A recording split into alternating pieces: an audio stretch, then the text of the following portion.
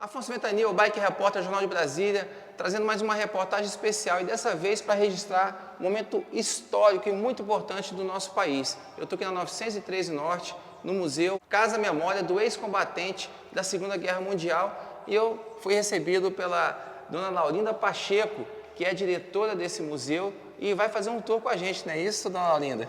Sim, eu sou diretora do Museu SEBEC e também sou diretora de Relações Públicas da Associação dos Ex-Combatentes da Segunda Guerra Mundial, que é a mantenedora deste museu.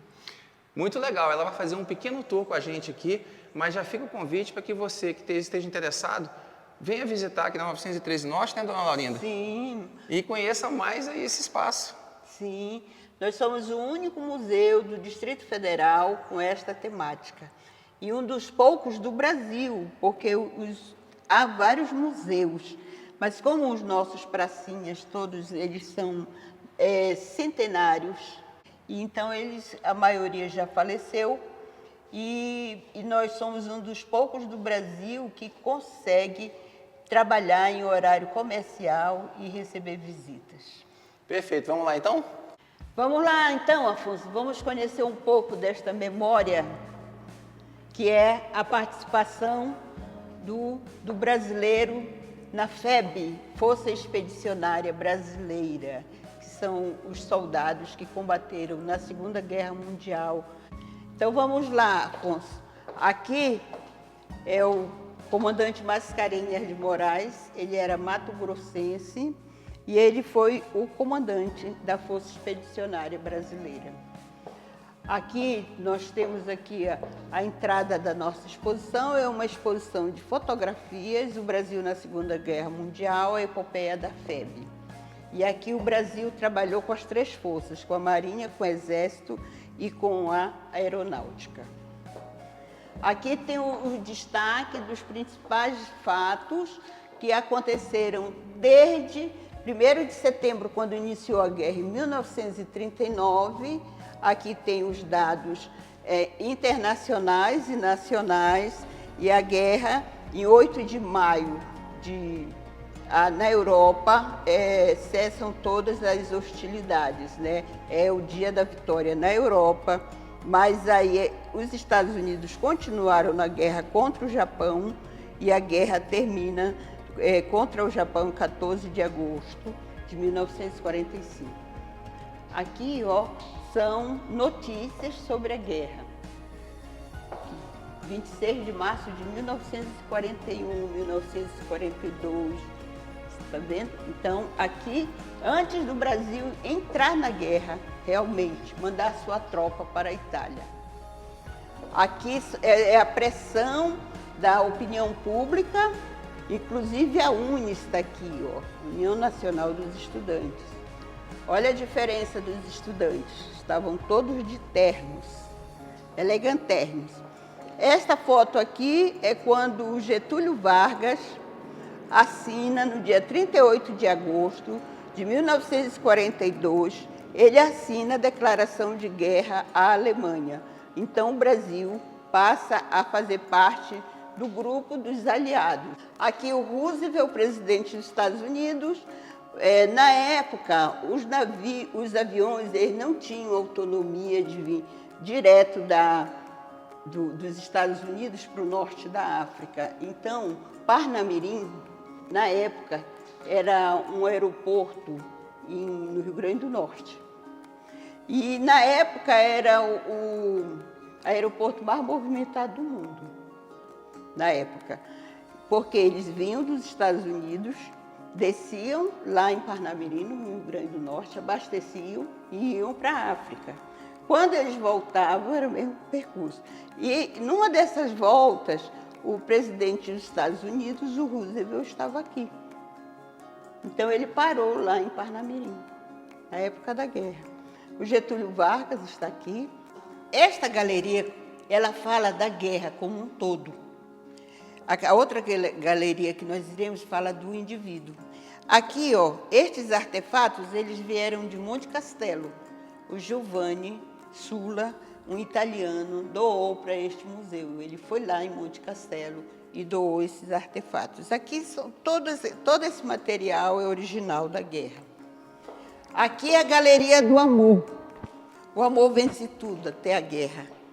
Então aqui, ó, eu costumo dizer que aqui são os WhatsApp WhatsApp da época, que eram os cartões postais, as fotografias. Aqui, ó, reza a lenda que ele escrevia lá da Itália, ele escrevia uma carta de amor para ela todos os dias. E ela está viva até hoje. Olha, que interessante. Aqui, ó, eles passavam um mês no fronte e um mês fora do fronte. E aqui, eles iam no teatro, aqui são entradas de teatro da época, entendeu? E aqui nós temos a relação dos febianos que estiveram na Itália. Afonso, aqui, esta galeria, ela fala do indivíduo, ela fala do ex-combatente em si, ela é mais personalizada. Esse espaço aqui é o espaço feminino, ó, e o nome desse espaço é Capitão Araci Arnaud Sampaio. Ela esteve na guerra, ela foi enfermeira da guerra e ela também foi presidente desta casa. Das 63 enfermeiras, ela foi a única que foi presidente de uma associação dos ex-combatentes no Brasil. Pois é, pessoal, eu não podia deixar de bater esse papo com a Dona Laurinda Pacheco, um papo mais intimista, né? Porque ela é uma descendente direta de um dos pracinhas que nos representaram nos anos 40 ainda, no maior conflito da humanidade, na Segunda Guerra Mundial. Dona Laurinda, quem foi seu pai? Meu pai, ele era amazonense, nasceu no interior do Amazonas, perto de Manaus, e o lugar que ele nasceu chamava-se Caldeirão. E aí, na adolescência, ele foi para Manaus e ele viu a convocação da guerra e ele alistou-se para ir para a guerra. E o nome dele era Manuel Araújo Pacheco.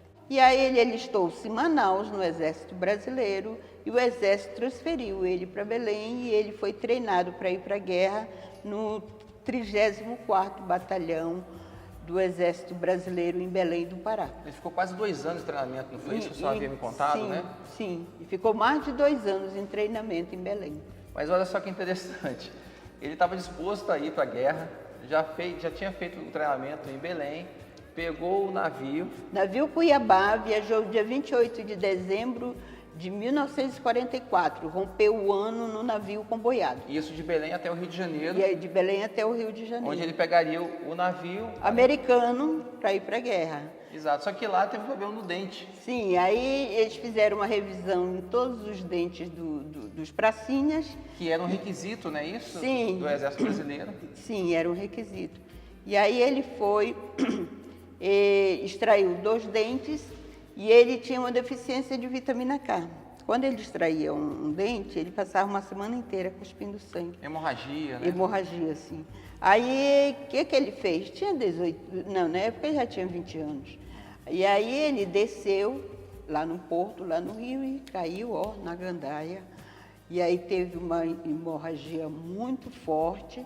E por causa disso, ele foi internado no hospital. Quando ele acordou da história, o navio dele já tinha viajado. Zarpou. Mas já tinha sido treinado, então Sim. ele ficou nas tropas que fizeram a segurança do Brasil na costa brasileira, não é isso? Sim. Né? Sim. E então, portanto, participou Sim. do evento de uma maneira né, indireta, digamos assim. Sim. Porém, ele depois foi reconhecido como... A Constituição de 1988 reconhece o pracinha, o febiano, como aquele que viajou em navio comboiado, como foi o caso do meu pai, que fez guarda no litoral brasileiro, nas ilhas brasileiras, e que trabalhou na Marinha Mercante na época da guerra e que esteve no fronte na Itália. Você não sabia disso, eu também não, olha só que interessante. E vem cá, Dona Laurinda, a senhora teve contato com vários ex-combatentes, né? Teve esse privilégio. E como é que eles falavam da Segunda Guerra Mundial, da experiência que eles tiveram lá? Eles vieram muito traumatizados? Como é que foi para eles? Sim, muito traumatizados. e com muitas sequelas mesmo. Mesmo meu pai não tendo ido para o fronte, ele era assim, por exemplo, se houvesse assim, um disparo de qualquer coisa, ele se assustava. Assim, todos eles trouxeram sequelas, eram muito nervosos, todos eles muito nervosos.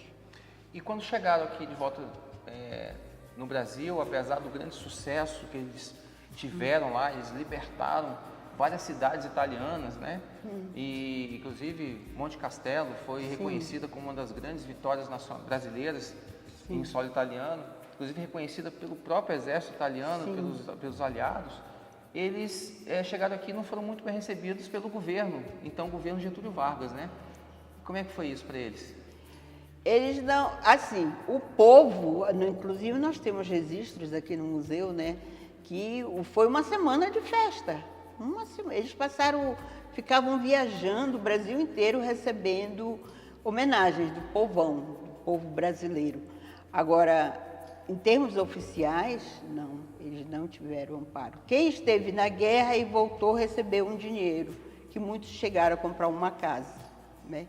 Mas depois eles ficaram totalmente desamparados.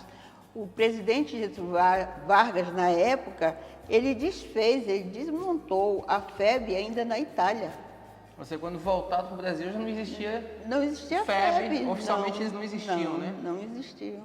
Mas essa injustiça foi corrigida anos mais tarde, sim, ainda nos anos 80, né? Foi na Constituição de 88? Já nos anos 60 já havia uma lei que amparava os que estiveram na Itália. Sim. Né? Mas os outros não. Mas na Constituição de 1988, eles todos foram amparados. Uma pensão de segundo-tenente com a assistência médica, por parte das Forças Armadas.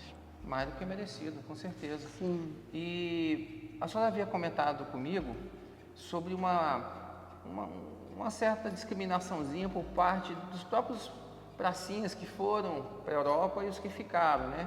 Sim. Como é que foi essa situação? Na verdade, não foi discriminaçãozinha, foi discriminação e bem grande. Foi. Porque os que foram até a Itália, não eram todos, claro, não eram todos.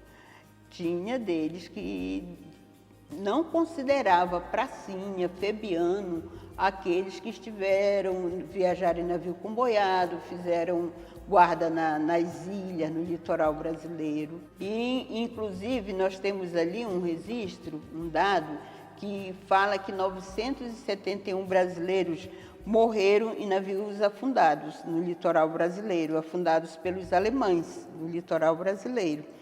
Então, oficialmente, morreram mais pessoas no Brasil em decorrência da guerra do que na Itália.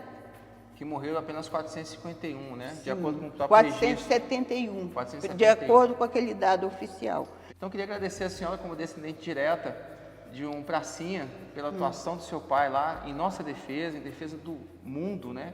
Contra o domínio nazista, domínio fascista. E agradecer mais uma vez a sua fala aqui para o nosso Jornal de Brasília. E estamos aqui. Eu vejo às vezes, hoje em dia as pessoas chamam a outra pessoa de fascista. Você é fascista, você é fascista.